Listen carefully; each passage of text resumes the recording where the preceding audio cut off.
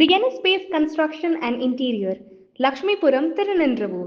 For contact 63851 63766. வள்ளுவம் வலைக்காட்சி சொந்தங்களுக்கு அன்பும் வணக்கம். அரசியல் பேசு நிகழ்ச்சிக்கு வரவேற்கிறோம்.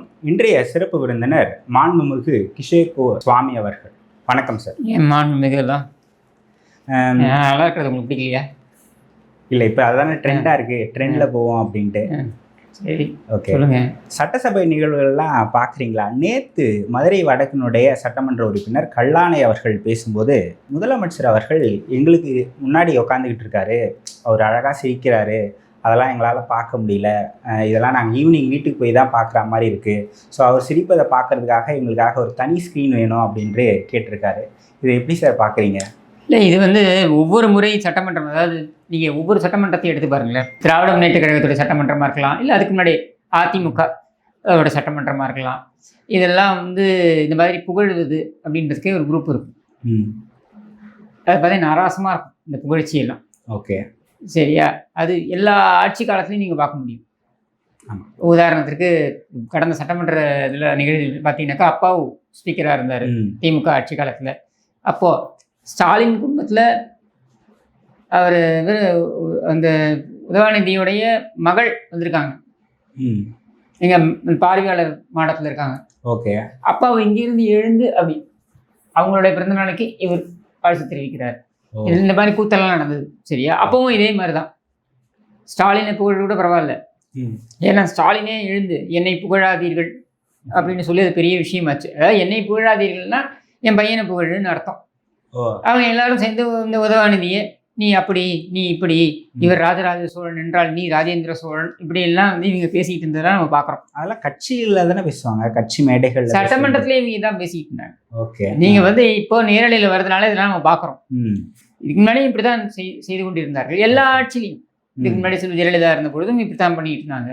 அதுக்கு முன்னாடி கருணாநிதி இருந்த பொழுதும் இந்த மாதிரி தான் பண்ணிட்டு இருந்தாங்க. ஸோ இது தொடர்ச்சியாக நடக்கக்கூடியது. சரியா? ஆனால் இன்னைக்கு நீங்கள் என்ன பார்க்க வேண்டியதுன்னா, சட்டமன்றத்தை பொறுத்த வரைக்கும் லைவ் காட்டுறாங்க இல்லையா? இது ஒரு பிக் பாஸ் நிகழ்ச்சி மாதிரி மாறிடுச்சு. எல்லா மக்களும் உட்காந்து பார்த்துக்கிட்டு இருக்காங்க. ஸோ எல்லா மக்களும் சுவாரஸ்யமாக இந்த பிக் பாஸ் நிகழ்ச்சியில் என்ன உங்களுக்கு, நீங்கள் பிக் பாஸ் எடுத்து பார்த்தீங்கன்னா என்ன பேசிக்காக என்ன, யார் ஒரு இடத்த ஒருத்தருடைய கவனத்தை திசை திருப்புகிறாரோ, கவனத்தை ஈர்ப்பது. எப்படி கவனத்தை ஈர்ப்பது? தன்னுடைய திறமையாலையா, தன்னுடைய அறிவுத்திறனாலையா? அதெல்லாம் இல்லை. ஏதாவது ஒரு கலாட்டா பண்ணுறது, கத்துறது, கூச்சல் போடுறது, தகராறு பண்ணுறது, அழறது, இந்த மாதிரிலாம் செஞ்சுதான் நீங்கள் கவனத்தை ஈர்க்க முடியும். ஸோ இது அதாவது அட்ராக்ஷன் டிஸ்ட்ராக்ஷன் ரெண்டு இருக்குது அப்படின்னா, இது அட்ராக்ஷன் கிடையாது, டிஸ்ட்ராக்ஷன். இப்போ அப்படியே சட்டமன்றத்துக்கும் பொருந்துகிறது. எழுந்து ஆளுக்கு எத்தையாவது ஒன்று பேச வேண்டியது தான். அவர் புஷி ஆனந்த் பேசுகிறாரு. யோசிச்சு பாருங்கள், மேகதாட்டு குறித்து முதல் சட்டமன்ற கூட்டத்தொடரில் மேகதாட்டு குறித்து விவாதம் வந்தது. புஷி ஆனந்த் ஏதாவது பேசினாரா? இல்லை. அவர் தான் அங்கே பேசியிருக்கணும். பேசினாரா? இல்லை. இல்லை இல்லை இப்போ பேசுகிறாரு. அதே இட்டுன்னு போகிற கதையை தான் பேசிக்கிட்டு இருக்காரு. எழுந்து அந்த தொகுதியில் நாங்கள் யாரை போடணும்னு நினச்சோம், இவரை போட்டோம். அந்த ஆதவர்ஜுனாவை நான் தான் இட்டுன்னு வந்தேன், வேணும் அவரேன்னு கேட்டு வாங்கியாந்தேன், இப்படின்னு பேசிக்கிட்டு இருக்காரு. சரி, இதெல்லாம் நாட்டு மக்களுக்கு தேவையான விஷயமா? கரெக்ட். நீங்கள் சட்டமன்றம் என்பது அலுவல்களுக்காக இருக்க வேண்டியது. சரியா? அப்போது அரசாங்க நிர்வாகத்துடைய அலுவல்கள். அப்போ அதை தான் நீங்கள் செய்யணும்னா, இங்கே எந்த உறுப்பினருக்குமே அந்த அலுவல் சார்ந்து பேசணும் அப்படின்ற எண்ண ஓட்டமே வரமாட்டேங்குது. இது மக்களும் இதுதான் விரும்புகிறாங்க. ஜாலியாக இருக்கும். சீரியல் பார்க்குற மாதிரி, பிக் பாஸ் பார்க்குற மாதிரி சட்டமன்றத்தையும் பார்த்துட்டு போவோம் அப்படின்றது தான். தொகுதி சார்ந்து தொகுதி பிரச்சனைகள் என்ன அப்படின்னு நீங்கள் பேசுவதற்கு ஆட்கள் கிடையாது. சௌமியா அன்புமணி அவங்களுடைய இது பார்த்தேன், ஓரளவுக்கு விவரமாக பேசக்கூடியவங்க தான். ஆனால் அவங்க எழுந்து என்ன பேசுகிறாங்க, இது பழவந்தாங்கல். பழவந்தாங்கல் என்றால், தாங்கல் என்றால் அது ஒரு ஏரியாக எப்பொழுதோ இருந்தது. சரி, 150 வருஷம் முன்னாடி ஏரியா இருந்தது. இப்போ என்ன அதுக்கு? வேளச்சேரி அது ஏரியாக இருந்தால் அவன் அப்பார்ட்மெண்ட் கட்டிட்டானே. அடுத்தது இதெல்லாம் பழைய கதை. இப்போ நீங்கள் என்ன கிளாஸ் எடுக்கிறீங்களா? உங்கள் லெக்சர் யாருக்கு வேணும்? என்ன வேணும் அதை சொல்லுங்க, என்ன செய்யணும் அதை சொல்லுங்க.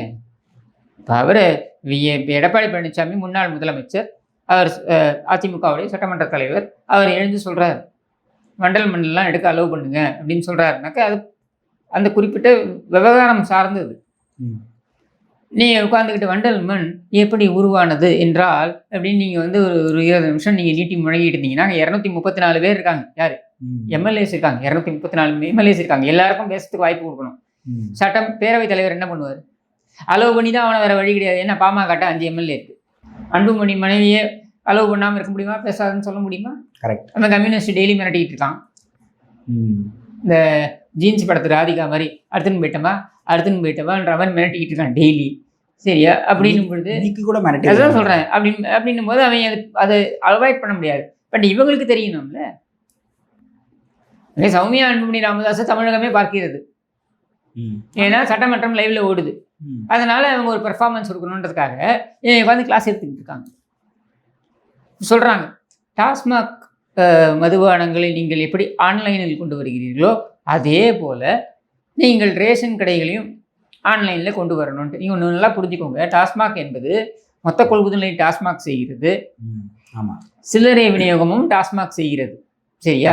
இப்போ சில்லறை விநியோகம் டாஸ்மாக் செய்யும் பொழுது அவங்க எவ்வளோ லாபத்தில் விற்கிறாங்க அப்படின்னா 250% வரி போட்டு 250% வரி போட்டு வாங்குறாங்க. ஆமாம். சரியா? ஒரு தொழிற்கூடத்துலேருந்து மதுபான தொழிற்சாலையிலேருந்து 250% வரி போட்டு வாங்கி அவன் விற்பனை பண்ணுறான். அவன் அதை ஆன்லைனில் பண்ணணும்னு நினைக்கிறான். ஏன்னா அந்த உள்ளுக்குள்ளே ஒரு மாஃபியா உட்காந்துக்கிட்டு பர்ஃபார்ம் பண்ண விடாமல், அதாவது இந்த பிராண்டு அந்த பிராண்டு இதெல்லாம் மறைச்சி வச்சுட்டு தங்களுக்கு தேவையான பிராண்டை மட்டும் விற்பனை செய்வது அப்படின்ற ஒரு வேலையில் ஈடுபடுகிறார்கள் தெரிஞ்சுக்கிட்டு அதை ஒழித்து கட்ட வேண்டும் அப்படின்றதுக்காக அவன் ஆன்லைனில் கொண்டு வரான். நீங்கள் பொது விநியோகம் என்பது என்ன?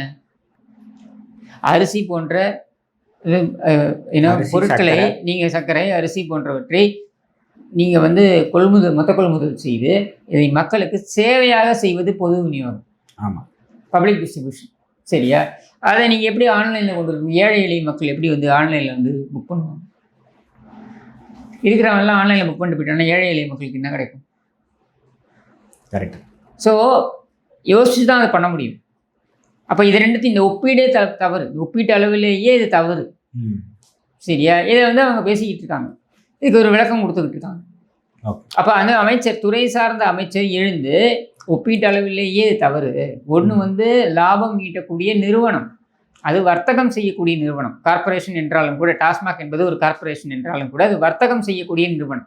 ரேஷன் கடை என்பது வர்த்தகம் செய்யக்கூடிய நிறுவனம் கிடையாது, சேவை செய்வதற்காக உருவாக்கப்பட்ட நிறுவனம். சரி, ரெண்டுத்துக்கும் வித்தியாசம் இருக்கு. இதெல்லாம் உதாரணமாக நான் சொல்கிறேன். எப்போ என்னன்னா அமைச்சர்களுக்கே தெரியலையே. நேற்று நிர்மல்குமார் அவர்கள் பேசின விவகாரம் வந்து ஒரு பெரிய பேசு பொருளாக ஆகியிருக்கு. ஃபர்ஸ்ட் வந்து கேலி கிண்டல் ஆரம்பிச்சாங்க, இப்போ தனி மனித தாக்குதலை நோக்கி போறாங்களா? ஒன்றும் புதுசு கிடையாது. நீங்க இது என்ன புதுசா இன்னைக்கு நடக்குது? தனி மனித தாக்குதல் என்பது சட்டமன்றத்தில் திராவிட நாடு எங்கே என்று கேட்ட பொழுது ஆனந்தனை பார்த்து பாவாடையை தூக்கிப்பாரு அங்கேயே தெரியும் திராவிட நாடுன்னு சொன்ன சட்டமன்றம் தானே இது. சட்டமன்றத்தில் தனிப்பட்ட தாக்குதல்கள் இருந்து நடந்து வந்திருக்கு இயல்பாகவே. சரியா? ஒரு முறை ஏன் இவர் கருணாநிதி புரட்சித்தலைவர் எம்ஜிஆர் அவர்களை பார்த்து நீங்கள் எல்லோரும் பாவிகள் என்றார். அப்போ உடனே இவர் சொல்றாரு, பாவி என்று நீங்கள் சொல்கிறீர்கள், அதை நல்ல விதத்தில் நான் எடுத்துக்கொள்கிறேன். ஏன்னா சட்டமன்ற அவைத்தலைவர் வந்து அது அவையிலிருந்து நீக்கணும்னு சொல்றாரு. இல்லை, இருக்கட்டும்ன்றார். ஏன்னா நான் அதை நல்ல முறையில் எடுத்துக்கொள்கிறேன். ஏன் நல்ல முறையில் எடுத்துக்கொள்கிறேன் என்றால் தமிழ் அகராதியில் பாவி என்பதற்கு சாது என்று பொருள் உண்டு அப்படின்னு சொல்றார். உடனே கருணாநிதி, நான் அது என்ன அகராதி, எனக்கு தெரியாத அகராதி. ஏன்னா இவர் தமிழ் அறிஞர்னு சொல்லிக்கிறார் இல்லையா? அப்போ உடனே அவர் எழுந்து சொல்றார், மாண்புமிகு எதிர்கட்சி தலைவருக்கு தெரியவில்லை என்றால் தெரிந்து கொள்ளட்டும், யாழ் அகராதியில் அப்படி இருக்கிறது என்று. உண்மையிலேயே யாழ் அகராதியில் பாவி என்பதற்கு சாது என்று பொருள். சரியா? யாரை இவர் மலையாளி என்று சொன்னாரோ அவர் இவருக்கு தமிழ் பாடம் எடுத்தார் இங்கே இதே சட்டமன்றத்தில். ஸோ சட்டமன்றத்தில் இன்ஃபேக்ட் எம்ஜிஆர் அவர்கள் 72 அதிமுக ஆரம்பிக்கப்பட்ட அந்த காலகட்டத்தில் 5 உறுப்பினர்கள் வந்து தனியாக செயல்பட்டாங்க. எம்ஜிஆர் அவர்கள் வந்து செருப்பு வீசப்பட்டது, சட்டமன்றத்திலே செருப்பு வீசப்பட்டது. ஸோ இது ஒன்றும் புதுசு கிடையாது. நீங்கள் சட்டமன்ற நிகழ்வுகளை எடுத்து பார்த்தீங்கன்னா அதெல்லாம் இன்றைக்கி லைவில் இல்லை அப்படின்றதுனால, அப்போ அந்த காலத்தில் லைவில் இல்லை அப்படின்றதுனால அதெல்லாம் வந்து தெரியாமல் போயிடுச்சு. அப்போ நீங்கள் செல்வி ஜெயலலிதா அவர்களுக்கு எதிராக தாக்குதல் நடந்தது சட்டமன்றத்தில், என்ன வாக்குவாதம் தானே, நீ கிரிமினல், நீ படிக்கக்கூடாதுன்றாங்க. பட்ஜெட் பேப்பரை நீ படிக்கக்கூடாது, நீ கிரிமினல்ன்றாங்க. அப்போ உடனே மைக்கை மூடிட்டு அப்போ சோகன் பாபு வந்து படிக்க சொல்லட்டோமா அப்படின்னு அவர் கேட்குறாரு. அப்போ உடனே இவங்க இந்த பேப்பரை தூக்கி மூஞ்சில் விட்டு எறிகிறாங்க. என் தலைவன் மூஞ்சிலே விட்டு எறிய இப்போ பேப்பர்னு அந்த பக்கத்துலேருந்து இந்த பக்கம் வந்து இந்த பக்கம் அவருடைய புடவை பிடிச்சி இழுக்கிறாங்க. இதெல்லாம் நடந்ததா இல்லையா? தனிமனித தாக்குதல் அப்படின்றத ஆரம்பித்து வைத்தது யார்? திமுக.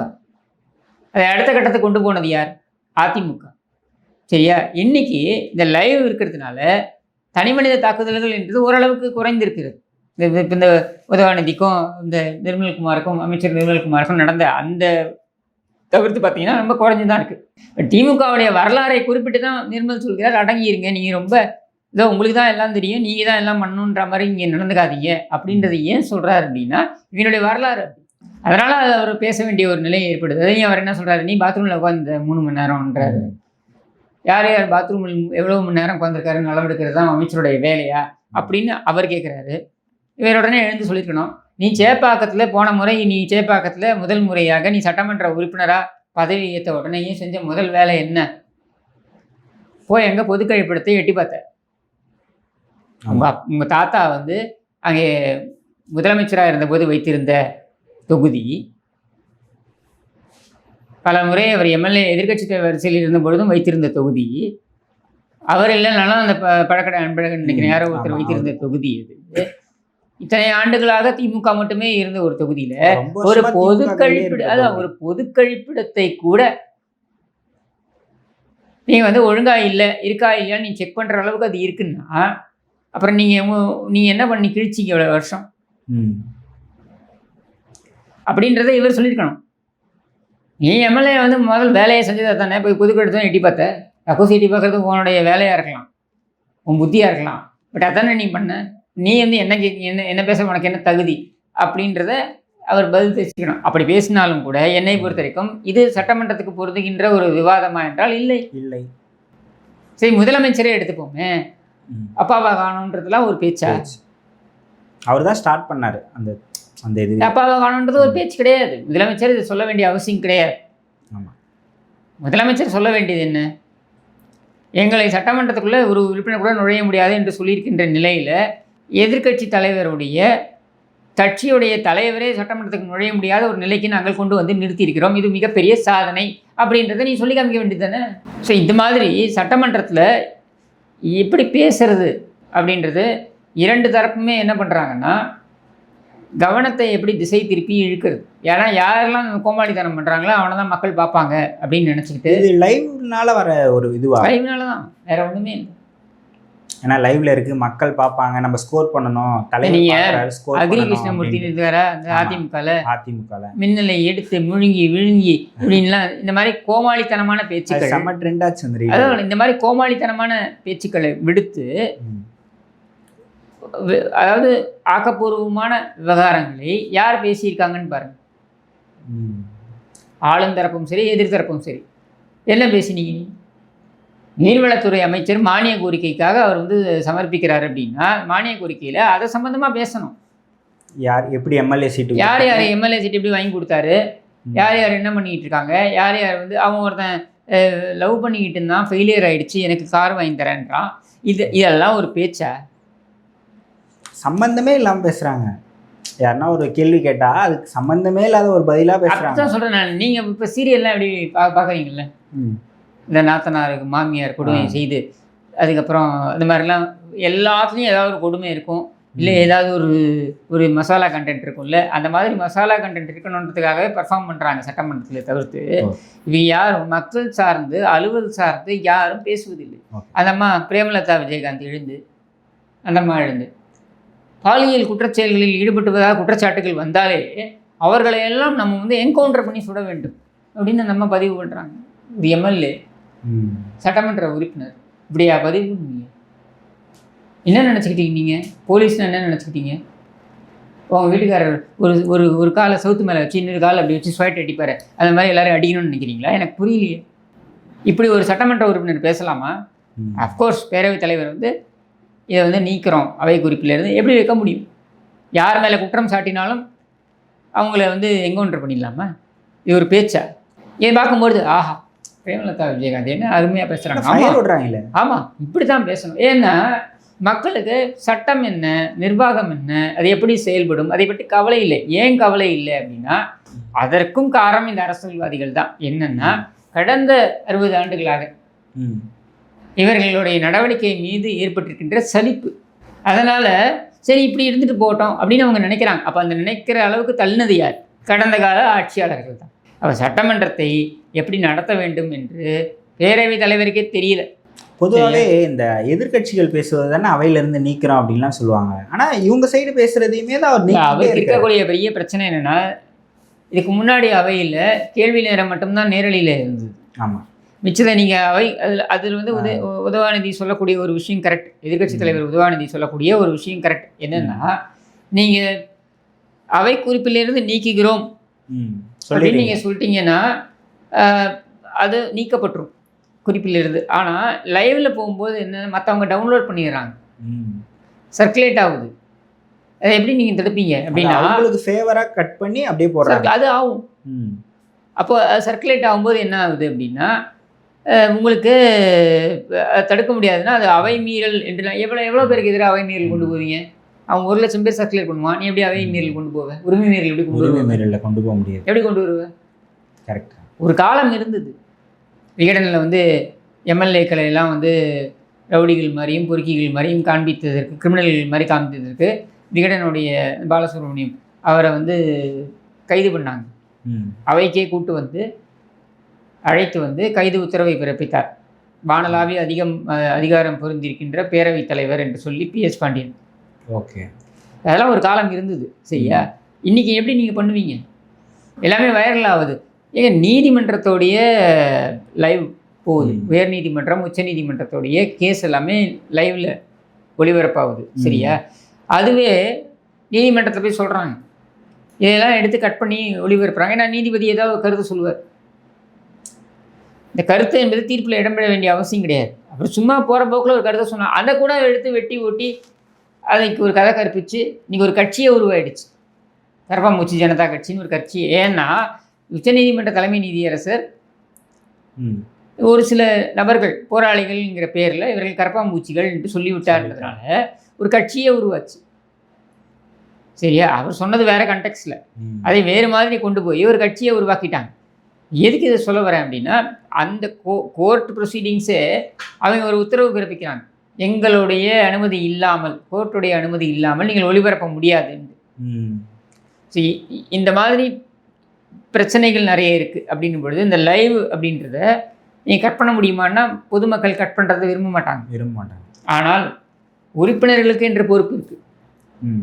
மக்களுக்கு என்ன பிடிக்குமோ அதை பேசுவதை விட மக்களுக்கு என்ன தேவையோ அதை பேசுறது அப்படின்ற அந்த பக்குவத்தை உறுப்பினர்களை வளர்த்து கொள்ள வேண்டும். பாமகலேயே ஒரு உறுப்பினர் இருக்கார், கணேஷ்குமார். அவர் நல்லா பேசுகிறார். அந்த மாதிரியான சில உறுப்பினர்கள். அப்போ அந்த மாதிரியான உறுப்பினர்கள் இங்கே அவசியம். எடப்பாடி பழனிசாமி எடுத்துக்கோங்க, எது தேவையோ அதை மட்டும் தான் பேசுகிறார். அனாவசியமான பேச்சுக்கள், அனாவசியமான கேலி கிண்டல் கருத்துக்கள் இதெல்லாம் எதுவுமே கிடையாது. தேவையான விஷயத்தை பேசிட்டு வர்றாரு. CV சண்முகம் பேசினார், என்ன தேவையோ அதுதான் பேசுகிறார். 7.5 சம்மந்தமாக பேசினார்னா என்ன தேவை அதை மட்டும்தான் பேசுகிறார். அப்போது அந்த மாதிரி பேசக்கூடிய உறுப்பினர்கள் தான் இன்றைய தேவை. செந்தில் பாலாஜி அருமையாக பேசியிருக்காரு, 43 நிமிஷம் நல்லா பேசினார். ஆனால் அதில் எதிர்வினை ஆற்றும் போது தான் அவர் கரூர் கம்பெனின்னு ஆரம்பித்தார். அதுதான் அப்போ அது என்ன டைவர்ட் ஆகிடுது. நல்லா பேசினார். எப்படி நீ யோசிச்சு பாருங்க, நேற்றுக்கு இப்போ வந்து எனக்கு வந்து 11 மணிக்கு தான் வந்துச்சு, 11 மணிலேயே 3 மணி வரைக்கும் நான் அதை படித்தேன் அப்படின்றார். இதை உண்மையிலேயே பாராட்டுறேன். செந்தில் பாலாஜி மேலே நிறைய விமர்சனங்கள் இருக்கலாம், அவர் மேலே ஊழல் குற்றச்சாட்டுகள் இருக்கலாம், அதெல்லாம் வேற விஷயம். ஆனால் இந்த முனைப்பு இருக்குது பாருங்கள், அந்த முனைப்பை நம்ம பாராட்டி ஆகணும். ஏன்னா ஒரு உறுப்பினரிடமிருந்து அதுதான் நம்ம எதிர்பார்க்குறோம். கரெக்ட். அப்போது அந்த மானிய கோரிக்கை மீதான விவாதம் என்று வரும்பொழுது அந்த துறை சார்ந்த விவரங்களை படித்து தெரிந்து அது சார்ந்த கேள்விகள் கேட்பதற்கும் அது சார்ந்த விமர்சனங்கள் தேவை இருந்தால் விமர்சனங்கள் வைப்பதற்கும் விவாதங்கள் நடத்துவதற்கும் தான் அவை கூடுகிறது. அப்போ அதை தானே நீங்கள் செய்யணும். அதை இந்த அவை செய்கிறதா என்றால் முக்கால்வாசி நேரம் அதை செய்வதில்லை. என்டர்டெயின்மெண்ட்டுக்காக மட்டுமே நடக்கின்ற அவையாக இது இருக்கிறது அப்படின்றது தான் நாம் பார்க்கக்கூடியது. இதில் யார் என்ன கேள்வி கேட்டாலும் எதிர்த்தரப்புல இருந்து ஒரு 4 அமைச்சர்கள் அவங்க தான் மாறி மாறி பேசிக்கிட்டே இருக்கிறாங்க. அதில் முதல்ல இருக்கிறது ஆதவர்ஜுனா அவர்கள், அதுக்கப்புறமாக வந்து நிர்மல்குமார் அவர்கள், அப்புறம் ராஜ்மோகன் அவர்கள், அப்புறம் ஐயா செங்கோட்டையன் அவர்கள். இவங்க தான் அதை டிஃபெண்ட் பண்ணுறதுல இருக்கிறாங்க. அதில் முக்கியமாக ஆதவர்ஜுனா தான் அந்த ரோலை ப்ளே பண்ணிக்கிட்டே இருக்கிறார். நான் தான் இங்கே எல்லாமே அப்படின்ற மாதிரி அதை நிறுவ பார்க்குறாரா தாவைக்கால? நான் இல்லை, 2 பிரச்சனை இருக்குது. ஒரு பிரச்சனை என்ன அப்படின்னா, நீங்கள் அந்த உறுப்பினர்கள் எல்லாமே புதியவர்கள். ஸோ என்ன பேசணும் என்ன பேசக்கூடாது அப்படின்றதுல சில சிக்கல்கள் இருக்கலாம். அடுத்து என்னென்னா, எல்லா ஆட்சி காலத்துலையும் அப்படித்தான். திமுக இருக்கும்போது துரைமுருகன் பேசுவார், ரகுபதி பேசுவார், ஒரு 3-4 பேர் தான் பேசுவாங்க, எல்லாரெல்லாம் பேச மாட்டாங்க. பதில் சொல்கிறது அந்த ஒரு சில அமைச்சர்கள் தான் பதில் சொல்லுவாங்க. சில ஜெயலலிதா இருக்கும்போது பார்த்தீங்கன்னா அவங்களே எழுந்து பதில் சொல்லுவாங்க. அவங்களே எழுந்து பதில். துரைமுருகனே பதிவு பண்ணுவார். முதலமைச்சர் அத்தனை கேள்விகளுக்கும் பதில் சொல்கிறார். ஆனால் எங்களை கேள்வி கேட்பதற்கு முன்னாலே அவர் பதில் சொல்ல ஆரம்பித்து விடுகிறார். ஏன்னா அவங்க ப்ரிப்பேர்டாக வருவாங்க. அப்படி அது நீங்கள் சில ஜெயலலிதா சிஎம்மாக இருக்கும்பொழுது நீங்கள் பார்த்தீங்கன்னா அந்த டேபிள் ஃபுல்லாக பார்த்தீங்கன்னா அத்தனை பேப்பர்ஸும் இருக்கும். எல்லாத்துலேயும் அந்த நோட் போட்டு வச்சுருப்பாங்க. அதாவது அந்த கலராக நோட் போட்டு வச்சுருப்பாங்க. Orange colour, yellow colour note போட்டு வச்சுருப்பாங்க. இது இந்த சமயத்தில் பேசணும், இது இந்த சமயத்தில் பேசணும்னு எடுத்து வச்சுருப்பாங்க. ஏன்னா அந்த முனைப்பே அவர் காட்டினார் சட்டமன்ற விவாதங்கள் குறித்து. இன்றைக்கி இருக்கக்கூடிய முதலமைச்சர் புதியவர் அப்படின்றதுனால அவர் உள்வாங்கிக் கொள்வதற்கு கொஞ்சம் நேரம் எடுக்கலாம், அது வேற விஷயம். அந்த அளவுக்கு ப்ரிப்பேர்டாக இல்லை அப்படின்றது உண்மை. அதே மாதிரி எதிர்க்கட்சி வரிசையிலையும் கருணாநிதி இருக்கும் பொழுது அவர் கேள்விகள் பார்த்தீங்கன்னா அந்த அளவுக்கு கேள்விகள் கேட்பார். உதாரணத்துக்கு சொல்கிறேன், 2012-13 சில ஜெயலலிதா முதலமைச்சர் அவங்க எழுந்து பேசுகிறாங்க, 1 மணி நேரம் பேசுகிறாங்க, பதில் கொடுக்குறாங்க. இந்த 1 மணி நேரத்தில் இத்தனைக்கும் திமுக எதிர்கட்சி கிடையாது, பிரதான எதிர்கட்சி தேமுதிக.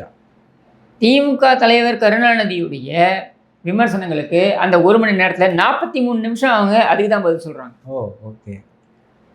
சரியா? ஒவ்வொரு விமர்சனத்துக்கும் பதில் சொல்கிறாங்க. அப்போது நீங்கள் அந்த மாதிரி இந்த சட்டமன்றம் இயங்கி இருக்கிறது. இதுக்கு முன்னால் அவலமாகவும் நடந்திருக்கு, ஆக்கப்பூர்வமாகவும் நடந்திருக்கு. அப்போது அந்த மாதிரி ஆக்கப்பூர்வமாக நடக்கணும்னா உங்களுடைய பேச்சுக்கள் ஆக்கப்பூர்வமாக இருக்கணும். உதாரணத்திற்கு செல்வி ஜெயலலிதா தனி மனிதராக தனி நபராக சட்டமன்றத்துக்குள் வந்தாங்க 2006, 2007 நினைக்கிறேன். அப்போது எதிர்கட்சி அதிமுகவும் மற்றவங்க எல்லாருமே வெளியேற்றப்பட்டு விட்டார்கள், சபையிலிருந்து சஸ்பெண்ட் செய்யப்பட்டு விட்டார்கள். அவைக்கு அன்றைக்கு செல்லாததுனால செல்வி ஜெயலலிதா சஸ்பெண்ட் செய்யப்படவில்லை. அதனால தனிநபராக சபைக்குள்ளே வந்து ஒரே நபர் சபைக்குள்ளே வந்து கிட்டத்தட்ட 2 மணி நேரம் பேசியிருக்காங்க. அத்தனை அமைச்சருடன் விவாதத்தில் ஈடுபட்டார். துறை வாரியாக அத்தனை அமைச்சருடன் விவாதத்தில் ஈடுபட்டார். அதெல்லாம் ப்ரிப்பரேஷன். ஏன்னா அவங்க வந்து அங்கே வந்து மக்களுக்காக பர்ஃபார்மன்ஸ் அப்படி வரல. கேள்விகளை கேட்க நோக்கம் என்ன? அமைச்சர்களை நோக்கி கேள்விகள் கேட்கணும். அந்த கேள்விகள் என்பது துறை சார்ந்து இருக்கணும். அதை அவர் செய்தார். 2 ஏக்கர் நிலம் கொடுக்குறேன்னு சொன்னீங்களே ஏழைகளுக்கு, என்ன ஆச்சுன்னு கேட்டாங்க. நாங்கள் வந்து தரிசு நிலத்திலிருந்து 2 ஏக்கர் தரேன்னு சொன்னீங்களே அப்படின்றதுக்கு அவர் கருணாநிதி தரப்புலேருந்து பதில் சொல்லப்பட்டது. 2 ஏக்கர் வந்து நாங்கள் கொடுத்தது எதை அடிப்படையில்னா தரிசு நிலம் இவ்வளவு இருக்கிறது என்று நீங்கள் சொன்னதை வைத்து அப்படின்னு அவர் பதில் சொன்னார். இவங்க உடனே பதில் சொன்னாங்க, தரிசு நிலம் எவ்வளவு என்பது கூட தெரியாமல் நீங்கள் எப்படி அந்த வாக்கை கொடுத்தீர்கள், வாக்குறுதியை கொடுத்தீர்கள் அப்படின்னு சொல்லிட்டு இப்படி ஆக்கப்பூர்வமாக பொன்முடி விவாதிக்கிறார். செல்வி ஜெயலலிதாவோட அவர் அமைச்சர், ஏன்னா நேரு விவாதிக்கிறார், அவர் அமைச்சர். இப்படி எல்லாரும் விவாதிக்கிறாங்க. எல்லாவற்றுக்கும் சளைக்காமல் இவரும் கேள்வி கேட்டார், அவர்களும் சளைக்காமல் பதில் கொடுத்தார்கள். இது சட்டமன்றம். நீ நடக்க சட்டமன்றம், வெட்டிமன்றம். இதில் ஓபிஎஸ் அவர்கள் பேசும்போது எதிர்கட்சி தலைவர் அப்படின்றவர் வந்து அமைச்சர் கேபினெட் அந்தஸ்து இருக்கக்கூடியவர். அவர் பேசிகிட்டு இருக்கும்போது அமைச்சர்கள் குறுக்கீடு செஞ்சு பேசுகிறாங்க அப்படின்னு சொல்கிறாங்க. தனி நபரை விட்டுருங்க, ஆனால் அந்த பதவிக்குரிய மரியாதையே இந்த தரப்பில் இருக்கிறவங்க நீங்கள் கொடுத்தீங்களா? நீங்கள் ஆளுங்கட்சியாக இருக்கும்போது எதிர்கட்சி தலைவர் கொடுத்தீங்களா? அவர் பேசிகிட்டே இருக்கும்போது லைவை கட் பண்ணீங்க. அப்பாவு அப்படியே ஆக்ஷன் காமிப்பார். எடப்பாடி பழனிசாமி அந்த ஆட்சியில் வெறும் சபாநாயகர் காட்டுவாங்க, இல்லை இந்த பக்கத்தையே ஸ்டாலினை காட்டுவாங்க, உதவாநிதியை காட்டுவாங்க. வேற ஏதாவது காமிச்சிருக்காங்களா? இந்த சைடு எதுவுமே காட்டினது. அது அடுத்தது அவர் பேசிகிட்டு இருக்கும்போதே லைவை கட் பண்ணுவாங்க. இந்த அவமானம் நீங்கள் படுத்தலையா? அன்றைக்கி உனக்கு தெரியலையா? எதிர்கட்சி தலைவருக்கு ஒரு மரியாதை இருக்கிறது, அவர் கேபினெட் அந்தஸ்து இருக்கிறதுன்னு உனக்கு தெரியலையா? அவர் பேச ஆரம்பிச்சோடனே லைவை கட் பண்ணிங்களே, அது அவமானம் இல்லையா? அசிங்கம் இல்லையா? ஏன் நீங்கள் அதை செஞ்சீங்க? அதை செய்துவிட்டு இதை கேட்பதற்கு உங்களுக்கு என்ன தகுதி இருக்கிறது? திருந்த மாட்டாங்களா? யாரும் திருந்திருப்பாங்க. நீ திருந்தின மாதிரி தெரியலையே, உங்களுடைய செயல்பாடுகளை வச்சு தான் நீங்கள் திருந்தீங்களா இல்லையான்னு தெரிஞ்சுக்க. நீ திருந்தின மாதிரி தெரியலையே, நீ திருந்த போகிறது இல்லை, இவங்களும் எதுவும் கற்றுக்க போகிறது இல்லை. அப்படிதான் இருக்குது. சட்டமன்றம் என்பது பிக் பாஸ் நிகழ்வு போல மாறி இருக்கிறது. அலுவல்களை நோக்கி இவர்கள் போகலை. மக்களை எப்படி இவங்க வந்து உட்கார வைக்கலாம், ஒவ்வொருத்தரும் பர்ஃபார்மன்ஸ் பண்ணணும் அப்படின்றது தான். ஒன்று ஒரு சீரியல் மாதிரி எடுத்துக்கலாம், இல்லை பிக் பாஸ் நிகழ்ச்சி மாதிரி எடுத்துக்கலாம். ஓகே, இவ்வளோ நேரம் உங்களுடைய கருத்துக்களை தெரிவிச்சுக்க அன்பும் நன்றியும் சார். Thank you so much. நன்றி.